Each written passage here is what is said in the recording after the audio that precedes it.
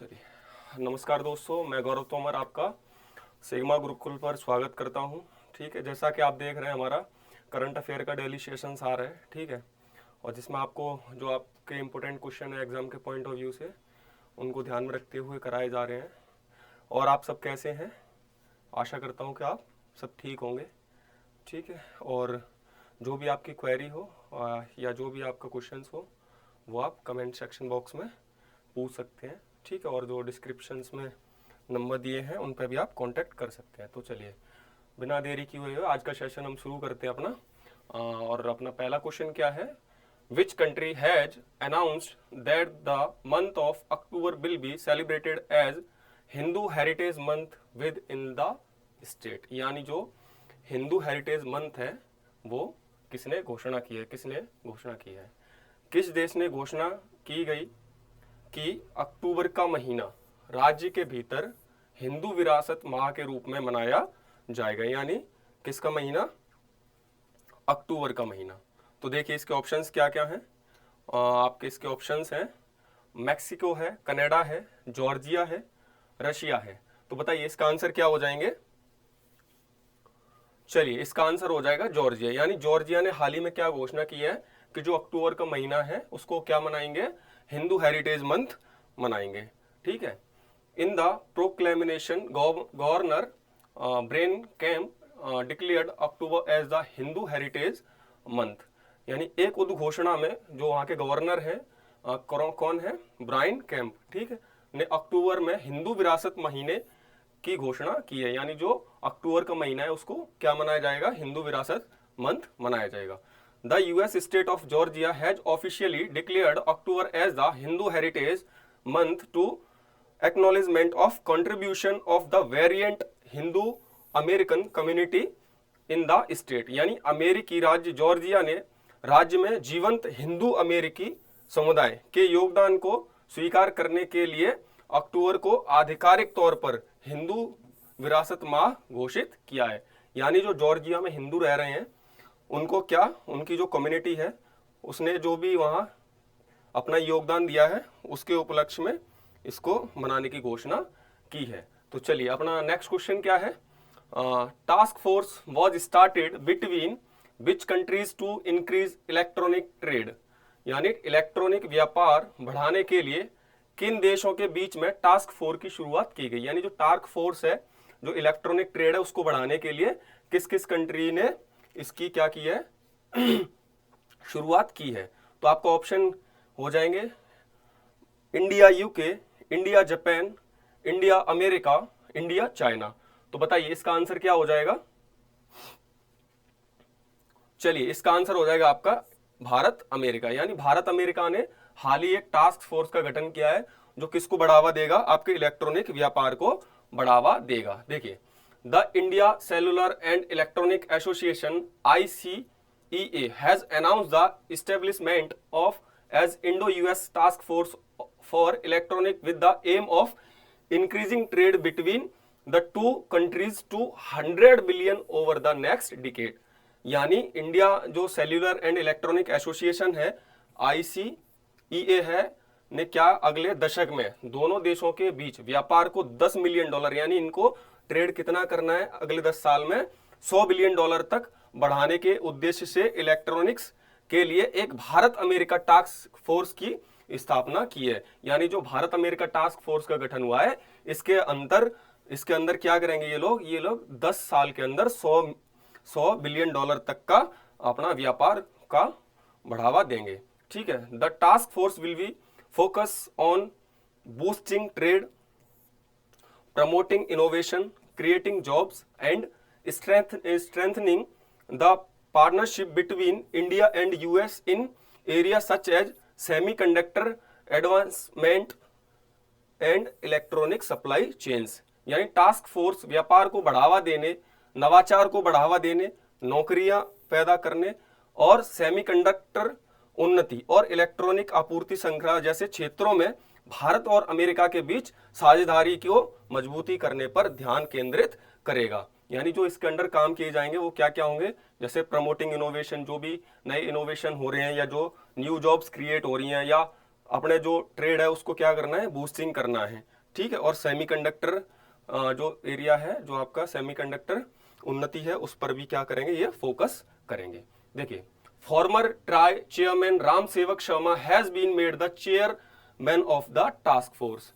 यानी जो farmer chairperson थे, किसके थे, ट्राई के थे, और अब उनको किसका चेयरपर्सन बनाया है, टास्क फोर्स का चेयरमैन बनाया किसको, राम सेवक शर्मा जी को। तो देखिए राम सेवक शर्मा जी को टास्क फोर्स का अध्यक्ष बनाया गया है, यानी राम सेवक शर्मा जी को क्या, अब देखिए ट्राई क्या है, the telecom regulatory authority of India is a regulatory body set up by the government of India under section 3 of the telecom regulatory authority of India act 1997। It is the regulatory of the telecommunication sector in India, ठीक है।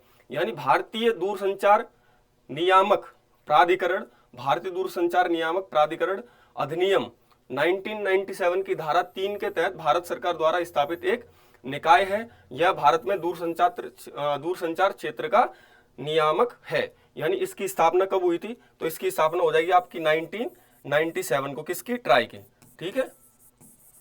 यानी try की स्थापना कब हुई थी, 1997 को में हुई थी। और ये क्या डिसाइड करता है, ये आपके टेलीकम्युनिकेशन के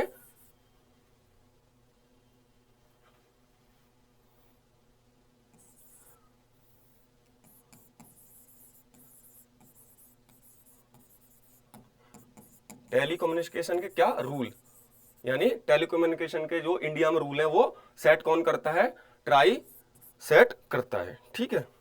तो देखिए, TRAI's mission is to ensure that the interests of consumer are protected and at the same time nurture conditions for growth of telecommunication, broadcasting and cable service in a manner and at a pace which will enable India to play a leading role in emerging global information society। यानी try का mission यह सुनिश्चित करता है कि उपभोक्ता के हितों की रक्षा की जाए, ठीक है, किसकी, कंज्यूमर के हितों की रक्षा की जाए, और साथ ही दूरसंचार, प्रसारण और केबल सेवाओं के विकास के लिए ऐसे तरीके और गति से परिस्थितियों का पोषण किया जाए जिससे भारत उभरते वैश्विक सूचना समाज में अग्रणी भूमिका निभा सके। यानी जो इमर्जिंग ग्लोबल इंफॉर्मेशन सोसाइटी में, उसमें क्या भारत अपनी अग्रणी भूमिका निभा सके, ठीक है। तो ट्राई सारे नियम सेट करता है। तो देखिए अपना क्वेश्चन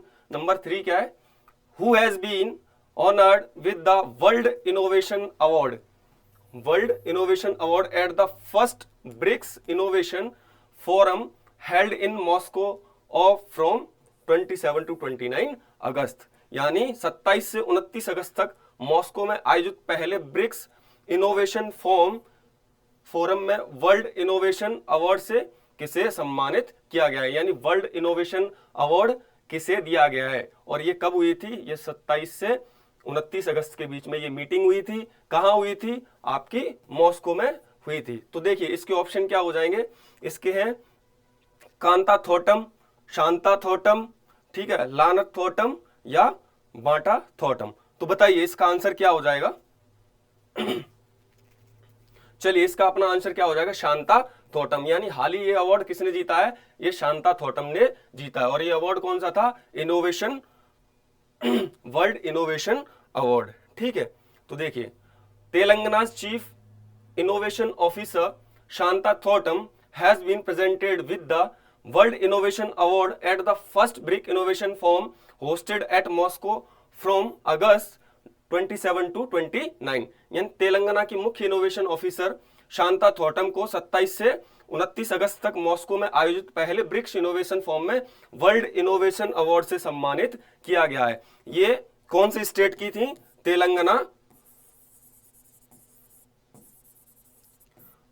स्टेट की इनोवेशन ऑफिसर थी, ठीक है। और इनको ये अवार्ड दिया गया है, ठीक है। देखिए the recently the award is given for outstanding contribution of sustainable development goal 4 and recently Shanta Thotam has been awarded the world innovation award। यानी इस पुरस्कार को सतत विकास लक्ष्य 4 में उत्कृष्ट योगदान के लिए दिया जाता है। और हाल ही में शांता थॉटम को वर्ल्ड इनोवेशन अवार्ड से सम्मानित किया गया है। ठीक है, यानी इनको ये अवार्ड दिया गया है। ठीक है, देखिए अब जब ब्रिक्स की बात आ गई है तो थोड़ा ब्रिक्स पे भी चर्चा कर लेते हैं, जो कि हाल ही में क्या है, चर्चा में है। देखिए, The 2023 BRICS Summit was the 15th annual BRICS Summit, an international relations conference attended by the head of state or head of government of the 5 member states। कौन कौन से हैं? Brazil, Russia, India, China and South Africa. यानी जो BRICS शिखर सम्मेलन है, ये उसकी कौन सी बैठक थी? 15वीं वार्षिक ब्रिक्स शिखर सम्मेलन की बैठक थी। एक अंतरराष्ट्रीय संबंध सम्मेलन है जिसमें 5 सदस्य देश हैं। कौन से हैं? ब्राजील है, रूस है, भारत है, चीन है और दक्षिण अफ्रीका के राष्ट्रीय अध्यक्षों या सरकार के प्रमुख उसमें क्या लेते हैं? भाग लेते हैं। देखिए, the BRICS Brazil, Russia, India, China and South Africa bloc met for its annual leaders summit in Johannesburg, South Africa on August 22 to 24, 2023। यानी हाल ही में जो ब्रिक्स की समिट हुई है वो कहाँ हुई है? जोहान्सबर्ग, साउथ अफ्रीका में हुई है। ठीक है, और कब हुई है?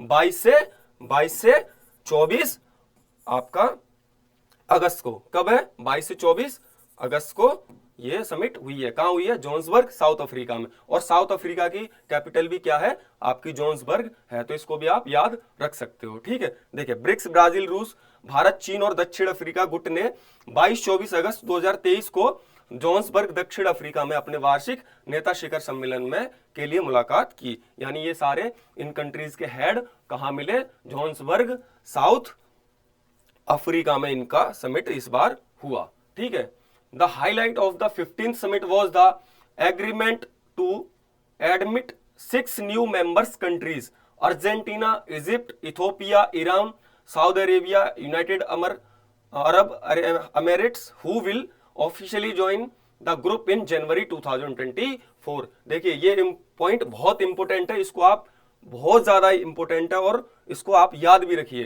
कि 15वें शिखर सम्मेलन का मुख्य आकर्षण, यानी इसका जो मुख्य आकर्षण केंद्र बना वो क्या बना? 6 नए देश। कितने? 6 नए देश, जो कौन कौन से हैं? अर्जेंटीना है, मिस्र है, इथोपिया है, ईरान है, सऊदी अरब है और संयुक्त अरब अमीरात है, यूएई है। यानी कौन सा? यूएई को शामिल करने पर समझौता था, जो जनवरी 2024 में आधिकारिक तौर पर समूह में शामिल हो जाएंगे। यानी जैन 2024 में अब ब्रिक्स में कितने सदस्य हो जाएंगे? तो टोटल हो जाएंगे कितने? आपके 5 + 6, यानी कितने? अब हो जाएंगे टोटल 11 सदस्य। लेकिन ये कब शामिल होंगे? जनवरी 2024 में शामिल होंगे। और ये समिट कहां हुई है? जोहान्सबर्ग, साउथ अफ्रीका में ये समिट हुई है। After a series of high level meeting, the first BRICS summit was held in Yekaterinburg, Russia on 16 June 2009. BRICS group was renamed BRICS, Brazil, Russia, India, China, South Africa, after South Africa was accepted as a fully member at the BRIC Foreign Minister meeting in New York in September 2010। यानी जब उच्च स्तरीय बैठक की एक श्रृंखला के बाद पहला ब्रिक शिखर सम्मेलन 16 जनवरी 2009 को येकातेरिनबर्ग, रूस में आयोजित किया गया था। दक्षिण अफ्रीका को पूर्ण संसद के सदस्य के रूप में स्वीकार किए जाने के बाद ब्रिक समूह का नाम बदलकर ब्रिक्स, ब्राजील, रूस, भारत, चीन, दक्षिण अमेरिका कर दिया गया। सितंबर 2000 न्यूयॉर्क में ब्रिक्स विदेशी मंत्रियों की बैठक में। यानी अगर आपसे कोई पूछा जाए कि 2009 में ब्रिक्स का क्या नाम था, तो वो था BRIC, यानी ब्रिक, ओनली क्या था? ब्रिक। जब 2010 में इनकी क्या हुई? न्यूयॉर्क में समिट हुई। क्या हुई? न्यूयॉर्क में समिट हुई। उसमें साउथ अफ्रीका ने, किसने? साउथ अफ्रीका ने अपनी पूर्ण सहमति दी। उसके बाद इसका नया नाम क्या हो गया? इसका नया नाम हो गया आपका ब्रिक्स। ब्रिक्स नाम कब हुआ आपका? 2010 में। और अगर ब्रिक की स्थापना कब हुई थी, तो आप बताओगे ब्रिक की स्थापना हुई थी आपकी 2000 9 के अंदर ब्रिक की क्या हुई थी, आपकी स्थापना हुई थी। और इसकी पहली समिट कहाँ हुई थी, इसकी पहली समिट रशिया में हुई थी। ठीक है, चलिए अपना क्वेश्चन नंबर 4 कौन सा है, what has the department of public enterprises DPE awarded to Rashtriya chemical and fertilizers RCF, यानी सार्वजनिक उद्यम विभाग DPE ने राष्ट्रीय केमिकल एंड फर्टिलाइजर्स RCF को किससे सम्मानित किया है, यानी जो ये कंपनी है इसको किससे सम्मानित किया गया है। इसको नवरत्न स्टेटस से सम्मानित किया गया है, अनूप स्टेटस से सम्मानित किया गया है, सामाजिक स्टेटस से सम्मानित किया गया है, या कीर्तिमान स्टेटस से सम्मानित किया गया है। तो बताइए इसका आंसर क्या हो जाएगा।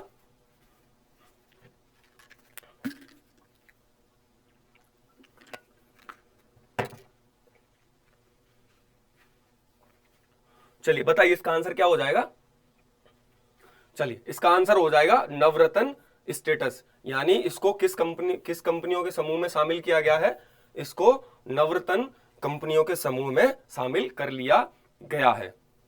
देखिए, Navratna constitute a group of public sector institutionals companies which have the financial freedom to invest up to 1000 crore without requiring approval from the central government of the country. Earlier the company had received mini ratan status from the Department of Public Enterprises. ठीक है, यानी जो नवरत्न सार्वजनिक क्षेत्र की संस्था है या कंपनियां हैं के एक समूह का गठन करते हैं जिन्हें देश की केंद्र सरकार के अनुमोदन की आवश्यकता के बगैर 1000 करोड़ रुपए तक का निवेश करने की वित्तीय स्वतंत्रता है। इसे पूर्व कंपनी को, यानी इस पूर्व कंपनी को सार्वजनिक उद्यम विभाग के मिनी रत्न स्टेटस मिला हुआ था। यानी ये कंपनी है, इसको पहले क्या स्टेटस था, मिनी रत्न कंपनी का, मिनी रत्न कंपनी का क्या था, स्टेटस था। और अब इसको किस में शामिल कर लिया गया है, नवरत्न ग्रुप में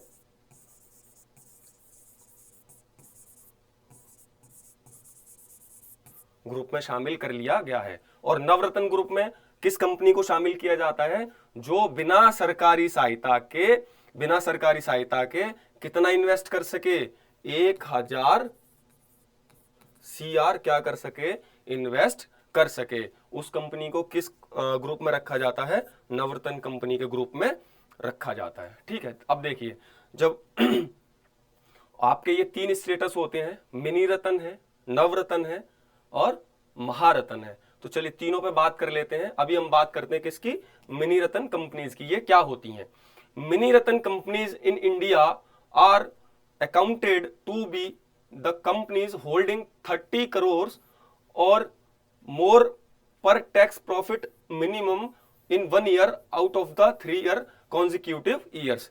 यानी भारत में मिनी रत्न कंपनी लगातार 3 वर्षों में एक वर्ष में न्यूनतम 30 करोड़ या अधिक कर पूर्व लाभ रखने वाली कंपनी मानी जाती है। यानी एक जो कंपनी है, कौन सी, मिनी रत्न,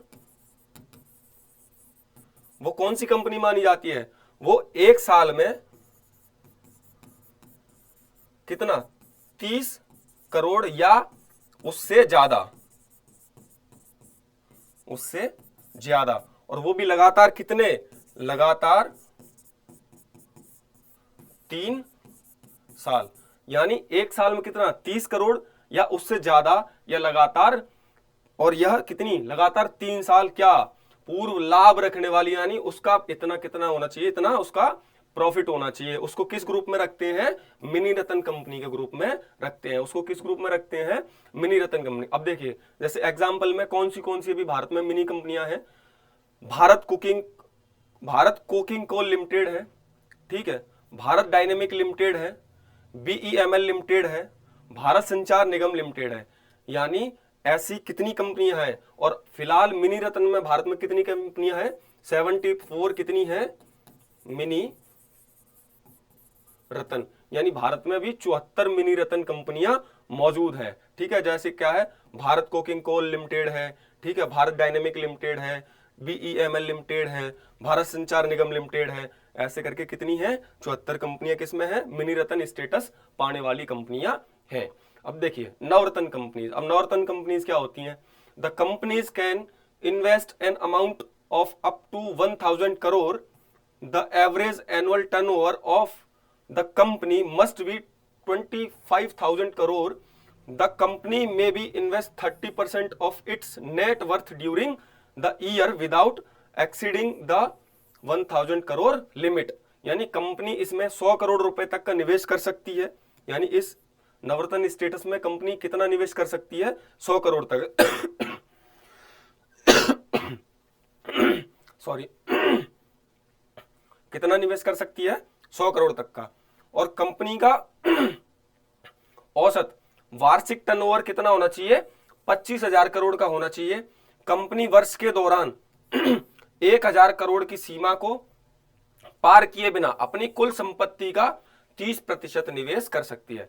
या तो वो 100 करोड़ तक का निवेश कर सकती है, ठीक है, 1,000 करोड़ तक का सॉरी एक सेकेंड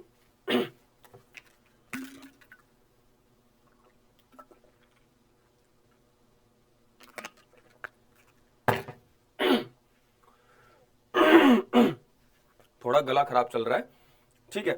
यानी इसमें कंपनी कितना 100 करोड़ तक का निवेश कर सकती है और उसका एनुअल टर्नओवर कितना होना चाहिए, 25,000 करोड़ का होना चाहिए, ठीक है।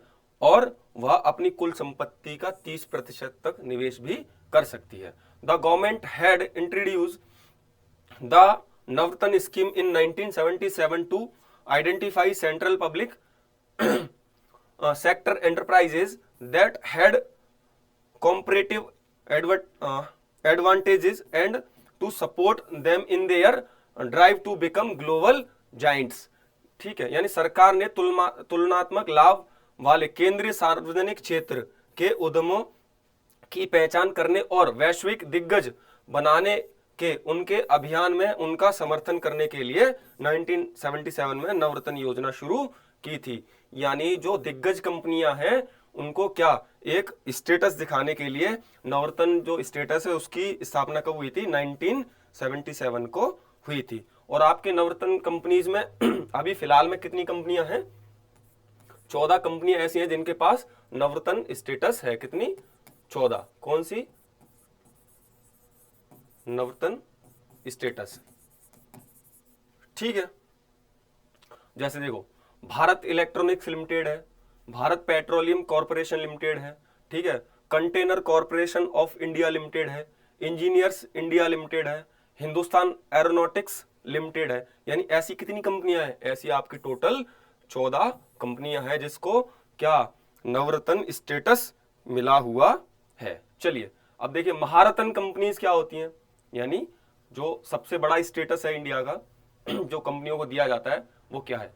Maharatna status is granted to a company that has recorded more than 5,000 crore of net profit for 3 consecutive years, an average annual turnover of Rs 25,000 crore for 3 years, or should have an average annual net worth of Rs 15,000 crore for 3 years। यानी महारत्न company का दर्जा उस company को दिया जाता है जिसने रुपए से अधिक का रिकॉर्ड बनाया है, लगातार 3 वर्षों में कितना, 5,000 करोड़ का शुद्ध लाभ, औसत वार्षिक करोड़ में रुपए में 3 वर्षों के लिए 25,000 करोड़ रुपए में, या औसत वार्षिक शुद्ध संपत्ति रुपए होनी चाहिए 3 साल के लिए कितनी, 15,000 करोड़, ठीक है। यानी उसका कितना होना चाहिए, उसका नेट प्रॉफिट कितना होना चाहिए, 5,000 करोड़, और लगातार कितने, 3 साल के लिए होना चाहिए, ठीक है। और उसका एनुअल टर्नओवर कितना होना चाहिए, 25,000 करोड़ का। यानी कंपनी का अगर टेन्योर की बात कर रहे हैं तो कितनी, 25,000 करोड़, ठीक है। और अगर हम कंपनी का किसकी बात कर रहे हैं, प्रॉफिट की बात कर रहे हैं तो वो कितनी, 5,000 करोड़, ठीक है। और उसकी एवरेज एनुअल नेट वर्थ, यानी उसकी एवरेज एनुअल नेट वर्थ अगर निकाली जाए तो कितनी होनी चाहिए, 15,000 करोड़ रुपए होनी चाहिए, ठीक है। और फिलहाल इंडिया में महारत्न कंपनीज हैं कितनी, 13।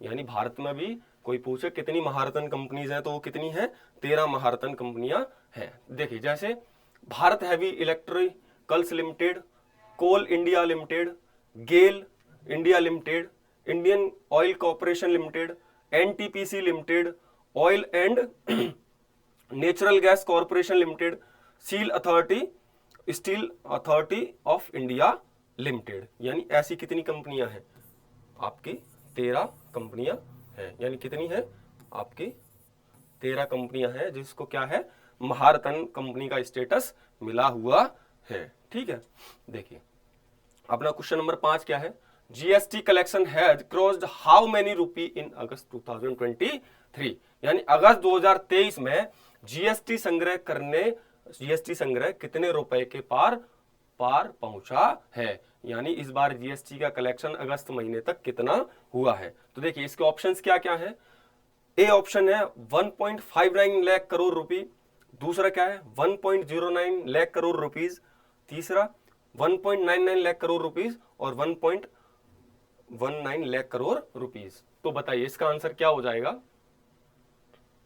चलिए इसका आंसर आपका हो जाएगा ए, यानी 1.59 लाख करोड़ रुपीस का क्या है, जीएसटी कलेक्शन हुआ है। देखिए the gross GST revenue collected in the month of August 2023 is 1,59,069 crore of which, जिसमें CGST is 28,328 crore, SGST is 35,794 crore, IGST is 83,251 crore, including 43,550 crore collect on import of goods and cess is 11,659 crore including 1,016 crore collected on import of goods. यानी अगस्त 2023 के महीने में एकत्रित सकल GST राजस्व, ठीक है कितना है, 1,59 करोड़ और 069 करोड़ है, जिसमें SGST भी है, CGST भी है, IGST भी है, इंपोर्ट का भी है और एक्सपोर्ट का भी है। ठीक है, अब देखो CGST क्या होता है, इसकी CGST क्या है, state goods and service tax. ठीक है, और आपका CGST क्या है, central goods and service tax. IGST क्या है, integrated goods and service tax. ठीक है, और अगर GST की फुल फॉर्म आए तो गुड्स एंड सर्विस क्या टैक्स। ठीक है, और GST को अपनाने वाला पहला राज्य कौन सा था, GST को अपनाने वाला पहला राज्य था असम। ठीक है, और GST कब आया था, 2017 में GST को लाया गया था। तो ये पॉइंट भी आप याद रखिए, ठीक है, जो कि पेपरों में पूछे गए हैं। देखिए recently in which state Dholpur Karauli tiger reserve has been accepted, यानी हाल ही में धौलपुर करौली बाघ अभ्यारण्य किस राज्य में स्वीकृत हुआ है, यानी नया टाइगर रिजर्व बना रहे हैं, कौन सा, धौलपुर करौली टाइगर रिजर्व, वो किस राज्य में है, उड़ीसा, राजस्थान, महाराष्ट्र या नन ऑफ दीज। तो बताइए इसका आंसर क्या हो जाएगा। चलिए इसका आंसर क्या हो जाएगा आपका राजस्थान, यानी हाल ही में राजस्थान में धौलपुर करौली टाइगर रिजर्व बनाने की क्या की गई है, घोषणा की गई है। The national tiger conservation authority recently granted approval for the establishment of the 54 tiger reserve in Rajasthan Karauli and Dholpur district. ठीक है, यानी राष्ट्रीय बाघ संरक्षण प्राधिकरण ने हाल ही में राजस्थान के करौली और धौलपुर जिले में 54वें बाघ अभ्यारण्य की स्थापना के लिए मंजूरी दे दी गई है। यानी अब इंडिया में टोटल टाइगर रिजर्व कितने हो गए, 54। ठीक है, और अगर राजस्थान की बात की जाए कि अब राजस्थान में कितने टाइगर रिजर्व हो गए, तो राजस्थान में टोटल टाइगर रिजर्व हो गए अब कितने, 05। अगर पूछा जाए कि राजस्थान में अब कितने टोटल टाइगर रिजर्व हैं, तो 5 हैं, और इंडिया में कितने हैं, 54 हैं। तो देखिए राजस्थान में कौन से हैं, एक आपका सरिस्का टाइगर रिजर्व है, कौन सा है, सरिस्का टाइगर रिजर्व है। दूसरा आपका रणथंबोर टाइगर रिजर्व है, कौन सा, रणथंबोर टाइगर रिजर्व है। दूसरा क्या है, रामगढ़ी विषधरी टाइगर रिजर्व है, क्या है, रामगढ़ी विषधरी टाइगर रिजर्व है। और आपका चौथा कौन सा है, मुकुंदरा हिल्स टाइगर रिजर्व, यानी कौन सा, मुकुंदरा हिल्स टाइगर रिजर्व है। और आपका पांचवा कौन सा हो गया, पांचवा हो गया आपका धौलपुर करौली टाइगर रिजर्व। ठीक है, क्या हो गया, धौलपुर करौली टाइगर रिजर्व हो गया। यानी अब राजस्थान में कितने हो गए, 5 टाइगर रिजर्व हो गए। तो देखिए, अगर अब बात टाइगर की आई है तो थोड़ी चर्चा प्रोजेक्ट टाइगर पे भी कर लेते हैं। Project tiger was launched by the Indira Gandhi government in 1973 from the Jim Corbett national park in Uttarakhand. The tiger is an endangered species in the world. यानी प्रोजेक्ट टाइगर को इंदिरा गांधी सरकार द्वारा 1973 में उत्तराखंड के जिले जिम कॉर्बेट नेशनल पार्क से क्या किया गया था, लॉन्च किया गया था। और बाघ दुनिया में एक लुप्त प्राय प्रजाति है। ठीक है, यानी जो प्रोजेक्ट टाइगर था उसको कब लाया गया था, आपका 1973 में लाया गया था। उस समय सरकार किसकी थी, इंदिरा गांधी जी की सरकार थी। ठीक है, और ये किस पार्क में शुरू किया गया था, ये आपका जिम कॉर्बेट नेशनल पार्क, वो कहाँ है, उत्तराखंड में है, उसमें इसकी शुरुआत की गई थी। ठीक है, world tiger day celebrated on 29 जुलाई। यानी वर्ल्ड टाइगर डे कब मनाया जाता है, 29 जुलाई को मनाया जाता है। Tiger is one of the major species in wildlife. In 1973 officials found that the tiger population had dropped from an estimated 5,500 and the start of the century to 1827। यानी जो शुरुआत में कितने थे, 5,000 थे, और जो फिर कितने रह गए, 1827 रह गए। यानी 29 जुलाई को विश्व बाघ दिवस मनाया जाता है। वन्य जीव जंतुओं में बाघ प्रमुख प्रजातियों में से एक है। 1973 में अधिकारियों ने पाया कि शताब्दी के आरंभ में बाघों की आबादी अनुमानित कितनी थी, 5,000 से घटकर कितनी रह गई, 1827 रह गई। यानी पहले कितने थे, 5,000 थे, और फिर उसमें से कितने रह गए, 1827 रह गए।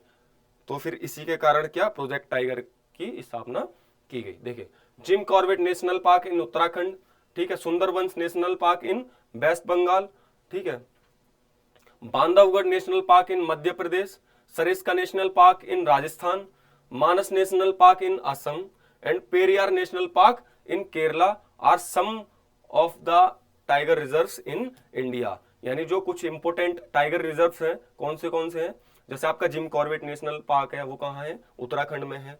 पश्चिम बंगाल में कौन सा है, सुंदरबन राष्ट्रीय उद्यान है। एमपी में कौन सा है, बांधवगढ़ राष्ट्रीय उद्यान है। राजस्थान में कौन सा है, सरिस्का राष्ट्रीय उद्यान है। असम में आपका मानस राष्ट्रीय उद्यान है।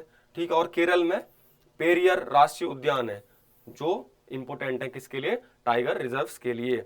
ठीक है, India has at least 3,167 tigers according to estimates from the latest tiger census. यानी हाल ही में टाइगर सेंसस रिपोर्ट आई थी, उसमें पाया गया है कि अब इंडिया में टाइगर कितने हो चुके हैं, 3,167।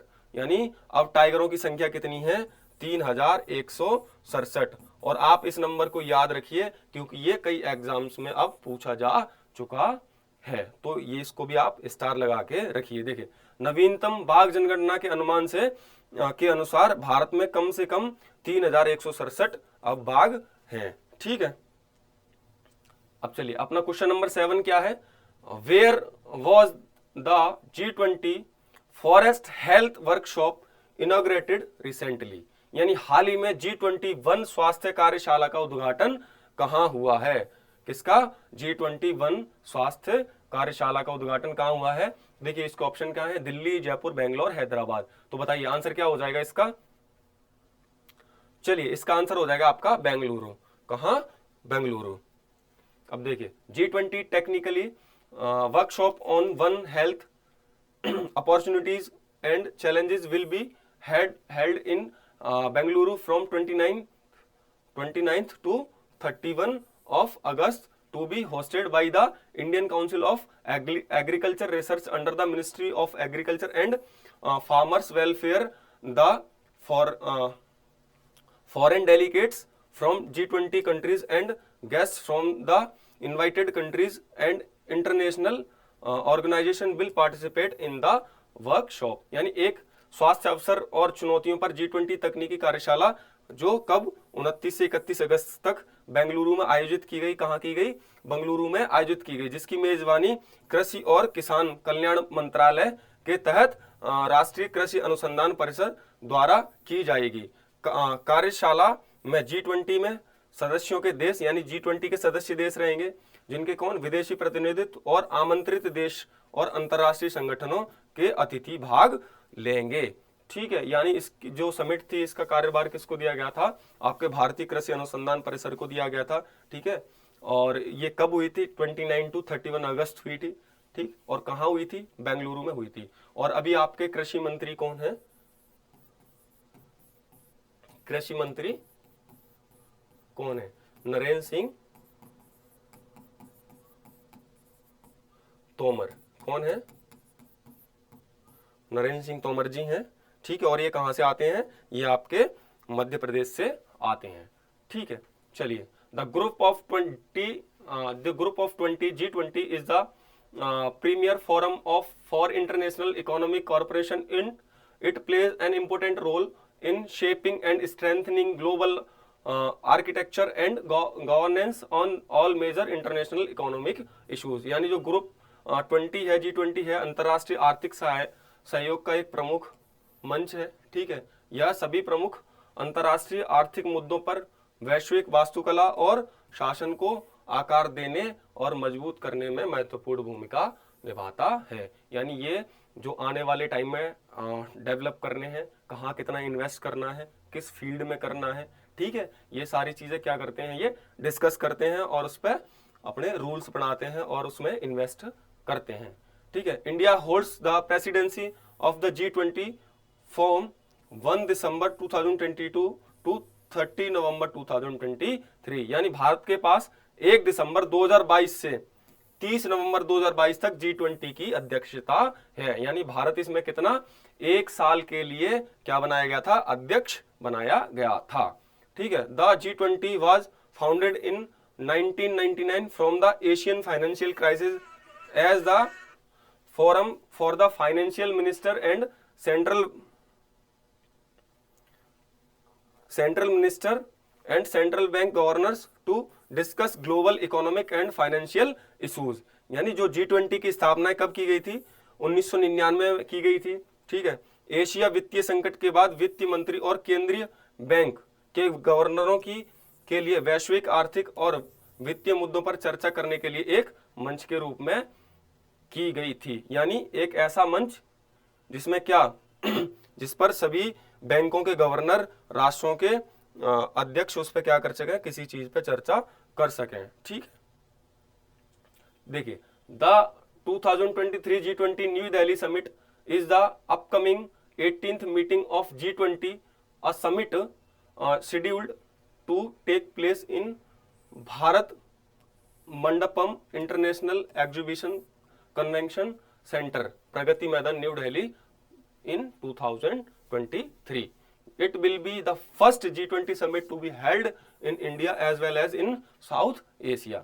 यानी G20 नई दिल्ली शिखर सम्मेलन G20 की आगामी 18वीं बैठक या शिखर सम्मेलन 2023 में भारत मंडपम अंतर्राष्ट्रीय प्रदर्शनी कन्वेंशन सेंटर, प्रगति मैदान, नई दिल्ली में होने वाला है। यह आयोजित होने वाला G20 शिखर सम्मेलन होगा।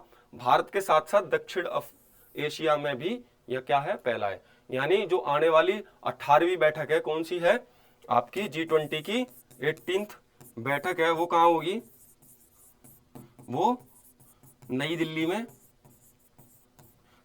में इसकी क्या है, समिट होगी। और इसकी डेट क्या है, इसकी डेट है आपकी 9 और 9 to 10 आपका सितंबर। ठीक है, यानी ये 2 दिन की समिट है। 9 और 10 तारीख को कहाँ होगी, नई दिल्ली में होगी। और किस जगह होगी, आपका भारतीय मंडपम अंतर्राष्ट्रीय प्रदर्शनी कन्वेंशन सेंटर प्रगति मैदान में इसका क्या होगा, आयोजन होगा। और जो यह G20 समिट हो रहा है ये भारत में पहली बार आयोजन किया जा रहा है इसका, ठीक है। और भारत के साथ साथ दक्षिण एशिया में भी यह पहली बार, यानी साउथ एशिया में भी यह पहली बार समिट का आयोजन किया जा रहा है, ठीक है। अब देखिए जो G20 है उसका मोटो क्या है, G20 का मोटो रखा गया है वासुधैव कुटुंबकम, जिसको संस्कृत में हम बोलते हैं, ठीक है, क्या बोलते हैं, वासुधैव कुटुंबकम बोलते हैं। इसका ट्रांसलेशन क्या होता है, one earth one family one future, ठीक है। यानी जो जिसको आदर्श वाक्य है वो क्या है, वासुधैव कुटुंबकम है।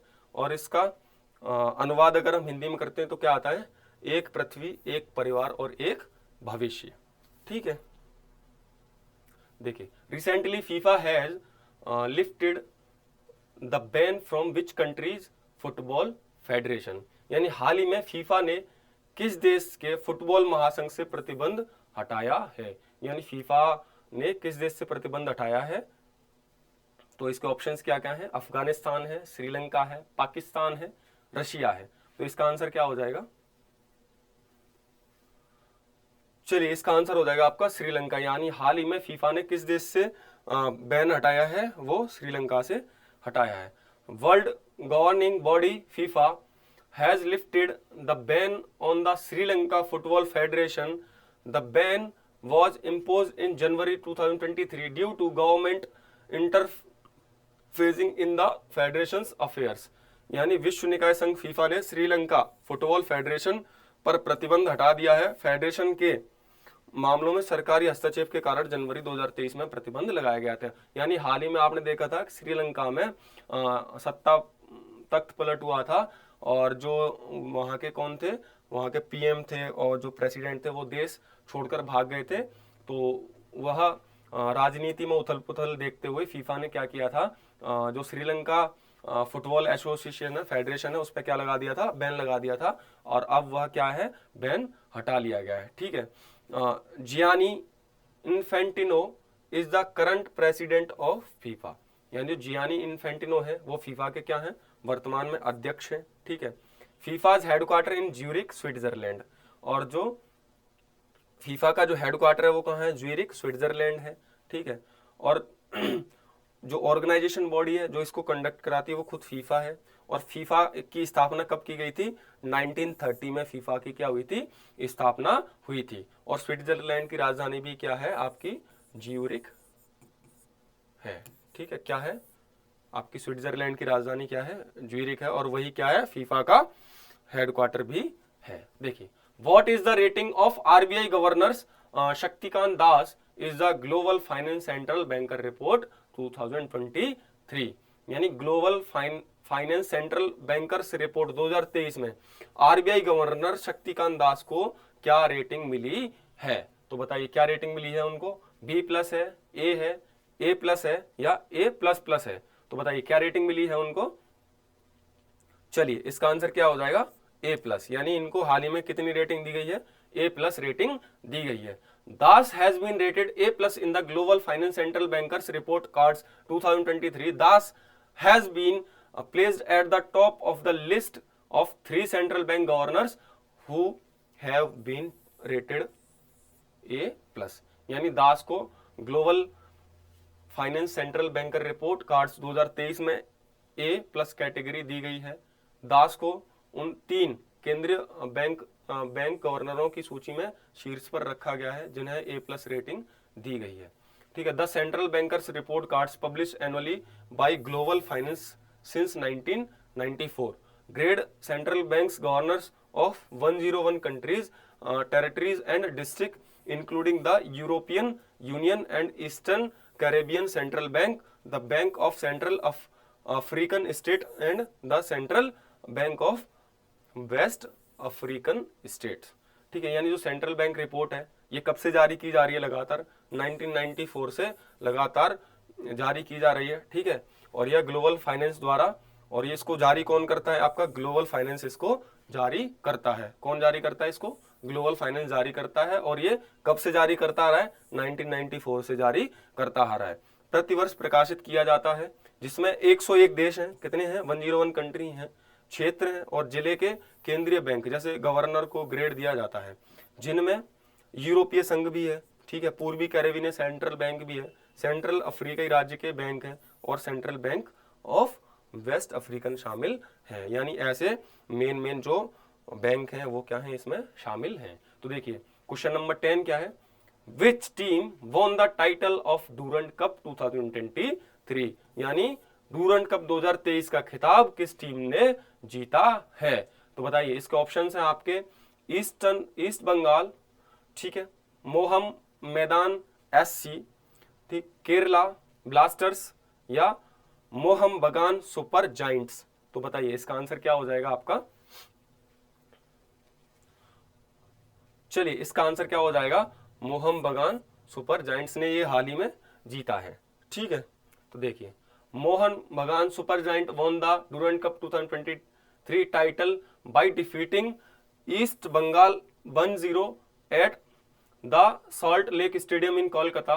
Mohan Bagan had earlier won the Durand cup title in the year 2000, ठीक है। He made it to the finals in 2024, 2009 and 2019 but could not win the title. Durand Cup 2023 started on 3 August. It was the 132 editions of the tournament in which 24 teams participated. यानी जो Mohan Bagan super Giants है उसने कहाँ हुआ था, कोलकाता के salt Lake stadium में। यानी कौन से स्टेडियम है, सॉल्ट लेक स्टेडियम कहाँ है, कोलकाता में है। किसको हराया है, ईस्ट बंगाल को हराया है। कितने से हराया है, 1-0 से हराया है। और यह डूरंट कप 2023 का खिताब जीता है। मोहन बगान इससे पहले साल 2000 में डूरंट कप जीता था। यानी ये इससे पहले कब जीता था, 2000 में डूरंट कप जीता था।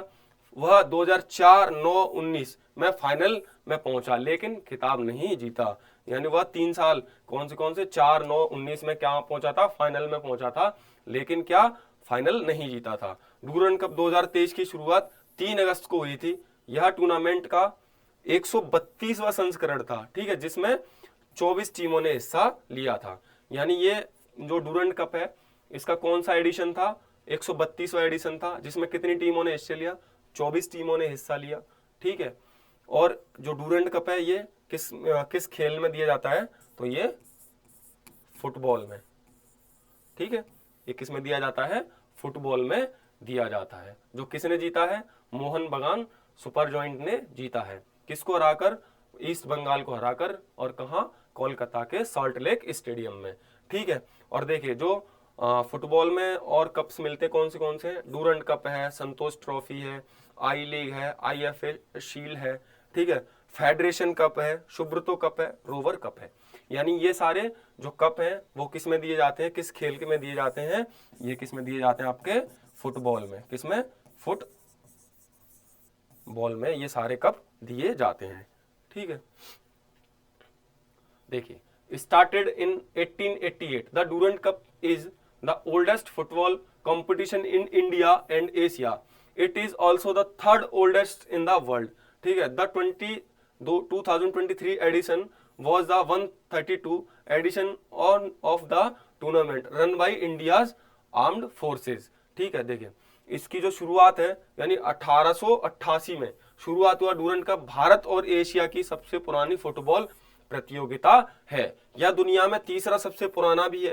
2023 संस्करण भारत के साथ सशस्त्र बलों द्वारा संचालित टूर्नामेंट का 132वां संस्करण था। यानी जो इसको इस बार किसने कराया था, तो इंडियाज आर्म्ड फोर्सेज ने कराया है, ठीक है। किसने कराया है, इंडियाज आर्म्ड फोर्सेज ने कराया है। और ये कौन से नंबर का संस्करण है, ये 132वें नंबर का संस्करण है, ठीक है। और यह इंडिया के साथ साथ एशिया का भी सबसे पुराना फुटबॉल का कप है या मैच है, ठीक है, ओल्डेस्ट इन द वर्ल्ड। और वर्ल्ड में कौन सा है, थर्ड ओल्डेस्ट, यानी वर्ल्ड में तीसरा नंबर पे आता है, ठीक है।